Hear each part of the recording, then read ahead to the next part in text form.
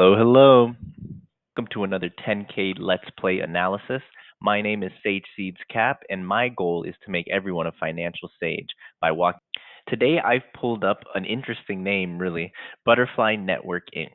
What does it do? Well, I guess we're going to find out together. It's a Delaware company, which is not helpful because almost any company is a Delaware company these days. Given that I know close to nothing about this company, we're just going to use the same opening move that we use 95% of the time. Go straight to the item 8, look at the 3 core financial reports: income statement, balance sheet, and cash flow statement, so that your wisdom can blossom. We can see the item 8 has been entirely replaced with this little message. Our audited consolidated financial statements appear beginning on page F1. It's been moved to the appendix. Now that happens whenever there was a, I guess we could call it emergency audit. Basically, when the auditor was not working very close to the company preparing the annual report is what that means. Now, let's not speculate. Let's just go to the appendix. Scroll. Oh, here it is. Quick adjustment to the opening move. Let's see what the auditors had to say. The opinion is everything's fine with the financial statements, but the basis for the opinion is kind of Deloitte here, the accounting firm, slapping the company on the wrist right off the very first sentence. These financial statements are the responsibility of the company's management, and then they continue to explain how they don't want to be having to go and do such an intense audit every year. Now, the critical audit matter was related to the company entering an inventory purchase commitment. Multiple inventory purchase commitments with third-party manufacturers as their normal course of business. It makes the auditor think, this is the key sentence here, significant judgments and estimates are made by the company in evaluating the projected sales and establishing an accrued purchase commitment liability. And they're even going to call it excess quantities. Now that's starting to get a bit extra aggressive, but what we're seeing here, right, is that the company has assumptions about future sales. Before any sales have come in, the company has put shareholder resources into committing to buy a whole bunch of inventory. Auditor didn't like it. Auditor thinks these assumptions need to be more clearly specified so that any investor that invests in this company understands that their money is going to be immediately been given to build up inventory off of things that were not clear enough before the financial statements were released with the audit inclusion. The auditor's worried that the company isn't explaining its thought process very well. This could be a relatively young company if they haven't, if they're getting slapped on the wrist like this. Now, a slap on the wrist is not the worst thing in the world, but it's definitely not a good thing. At best, we hope that the auditor has brought up some good points and that the company's management is going to take it seriously and try to improve the way they're communicating their assumptions in the future. First thing they show us is the balance sheet. Only 2 years. I wish it was longer. Again, maybe this is a young company. Maybe they've only been in a company since 2021 for all we know. All right, let's watch this. Here we can see inventories rising relative to cash and cash equivalents. We can just see the, thank you, auditor, for being so serious about it. But these numbers right here are not very significant when compared to these numbers above. Now, the numbers above are how much cash on hand this company has. Auditor might be getting a little trigger happy, or really we'll find out why they were worried through the other statements, perhaps. Overall, the company has kind of a lot of money, maybe money they raised for all we know, and is just growing not through sales, but just increasing their resources devoted to inventories, to property and equipment, to just assets. In terms of liabilities that they're gaining, not a ton of difference. In fact, their total liabilities has actually decreased since a year prior. Their accumulated deficit has also increased quite rapidly. So this is immediately adding a little more color into why the auditor might be a little bit strict with this company. Even small mistakes are certainly amplified when your accumulated deficit, so what you've taken from shareholders, is almost 4 or 5 times larger than your cash on hand. That's starting to become a little tense. Moving on to the income statement. Now we have 3 years. Thank you. Yeah, there's revenue growth, definitely revenue growth. It seems like most of it in the last year came from software and other services, which was relatively not important back in the day. Also, the cost of the software and services is very tiny. I mean, these margins that they must be getting are shocking. If they tripled their software and services growth without seeing their cost of revenue rise to anywhere near one half, which would be what is roughly the margin for the products division. I see why they like it, I guess. Ooh, research and development is also supporting this through a lot of increase. And so, even though the company's not so big yet, for example, they're making 73 million in revenue in 2022. Their research and development is already outpacing that. I mean, literally, this company made 73 million in client sales, spent 89 on research and development alone, 89 million. That's not including the other 130 million that they're spending on SG&A. So of course, what you get is a big fat loss of operations. Now, this loss from operations is in line roughly with what they've been doing every year. We don't give them points for that. Why are you losing money every year? Let's try to gain more understanding by looking at the cash flow statement. Oh no, no, no. Stock-based compensation expense is the biggest thing on here, except for the change in fair value of warrant liabilities. Warrant liabilities, stock-based compensation, these are two ways that money doesn't go to investors. Should money always go to investors? Of course not. There's, stakeholder theory, all these other things. Companies exist for more than just the investors. But does a company making about 70 million need to be paying tens and tens of millions in these two ways? Please don't do that if you're running a company. We don't know the specifics yet, not trying to be too judgy here. Because this company is clearly putting a lot of pressure on itself for its size, as in doing all sorts of crazy things that maybe it should wait till it's larger in order to start. Let's take a closer look at its working capital changes here. And so changes in operating assets and liabilities, this is synonymous with changes in working capital. What we want to see is a combination of assets decreasing and liabilities increasing. And why we want that is because that is unlocking free cash flow. In some good ways, it's been selling off inventory. That's what I said I wanted, so I guess it's good. It is, however, auditor's making sense now. They're accrued purchase commitments. This is a liability that, first of all, I don't know the specifics. Again, many companies would not break that out from accounts payable. They would combine accounts payable and accrued purchase commitments. It's a little bit of speculation here, but given what the auditor was saying in its note, this company pulled out accrued purchase commitments, and the auditor kind of is implying that they're doing that in order to hide how high their accounts payable actually is, right? And so here you can see they're showing accounts payable is positive, like we're actually doing a good job of unlocking working capital through having strong relationships with vendors. That's what they're implying when this is 1,000 and when this is a positive number. Really, though, their accrued purchase commitments, which arguably should be merged with that, is so negative that the auditor is saying, hold up, let me just clarify that anyone looking for accounts payable needs to understand that purchase commitments is materially tangible to that. Thank you, Deloitte. Why, based on what we've gathered from the financial statements so far, I want us to step back and look at their description of the business. We don't always do this. It's often not necessary, in my opinion. But what I gain from the financial statements is this company is saying everything is fine.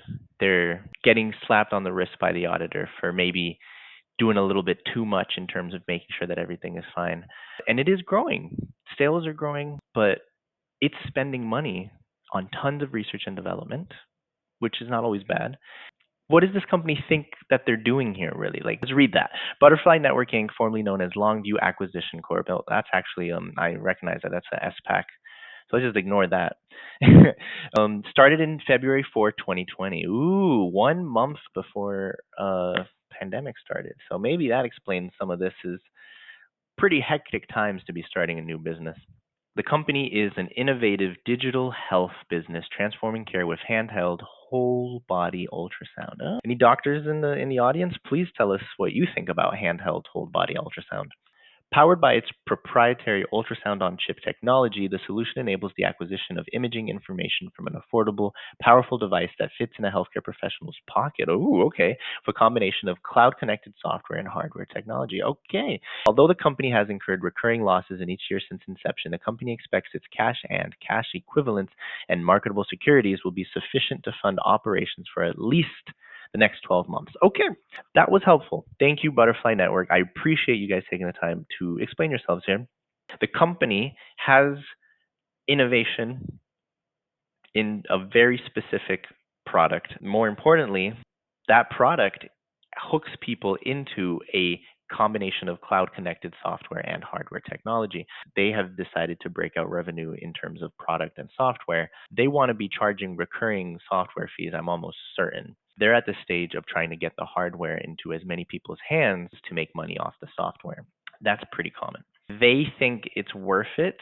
Very interesting. Based off of this, let's see where their research and development is going pretty high. We can't all just immediately forget because they wrote a nice business description. Okay, I'm doing a control F for research and development here. There we go. Cool, cool, cool.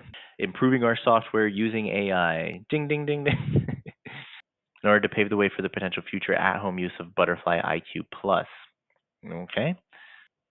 We plan to partner with healthcare systems to continue to inform the development of new innovative product services and software applications. Okay. Our product roadmap is designed to continue to position us as one of the leading disruptors in the medical imaging market.